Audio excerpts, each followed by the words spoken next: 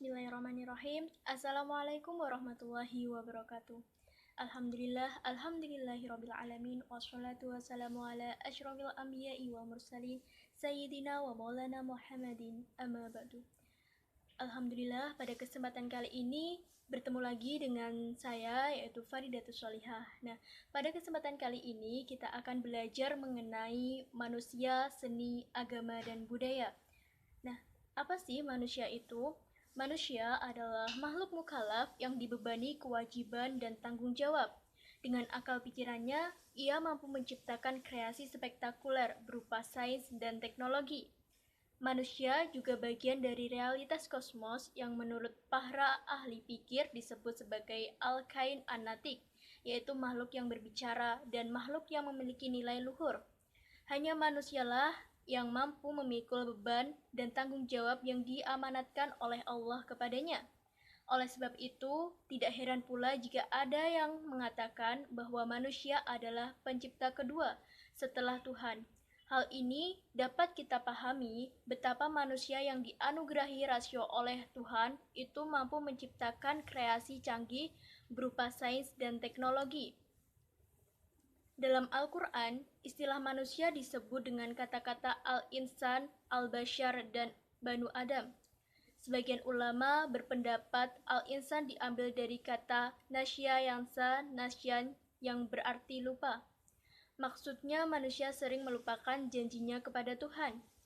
Al-insan diambil dari kata nasa yanusu, yang berarti bergoncang. Al-insan diambil dari kata ins, yang berarti jinak. Al-Basyayar berarti tampak, baik, dan indah, gembira, mengguliti. Sebanyak 123 kali kata Al-Basyar disebut dalam Al-Quran, pada umumnya bermakna gembira. 37 kali bermakna manusia, dan 2 kali berkaitan dengan hubungan seks. Kata Al-Insan mengandung pengertian manusia sebagai makhluk sosial dan kultural atau keilmuan. Al-Bashar mengandung pengertian realitas manusia sebagai pribadi yang konkret. Manusia dewasa yang sedang memasuki kehidupan bertanggung jawab sebagai khalifah di bumi. Manusia terdiri jiwa dan raga. Dia adalah unik. Tidak ada makhluk seunik dan seajaib seperti manusia. Manusialah yang mampu menguasai alam semesta ini.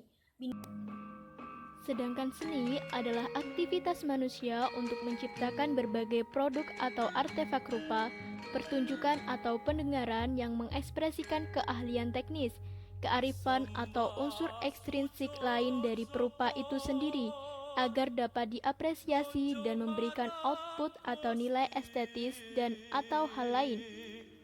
Perlu diingat bahwa pencarian lebih lanjut mengenai pengertian seni membutuhkan kajian studi khusus melalui filsafat seni. Tapi kita dapat mengeksplorasi definisi-definisi seni berdasarkan berbagai pendapat yang telah mapan dan menggunakan cara-cara umum terlebih dahulu untuk mendapatkan pijakan awal dalam pencarian. Pengetahuan mendasar tentang pengertian seni diperlukan agar perkembangan seni tetap terarah berdasarkan temuan hakikat seni oleh para penyumbangnya dari masa ke masa. Jika seseorang menatap karya seni, dalam dirinya akan timbul perasaan atau emosi yang khas, yang tidak sama dengan perasaan sehari-hari seperti marah, senang, sedih, dan lain-lain. Perasaan emosi tersebut disebut emosi estetik. Setiap karya seni yang baik atau berhasil akan membangkitkan perasaan emosi estetik tersebut. Dapat ditarik kesimpulan bahwa seni baru hadir setelah terjadi relasi antara subjek dan objek seni. Itu pun belum cukup.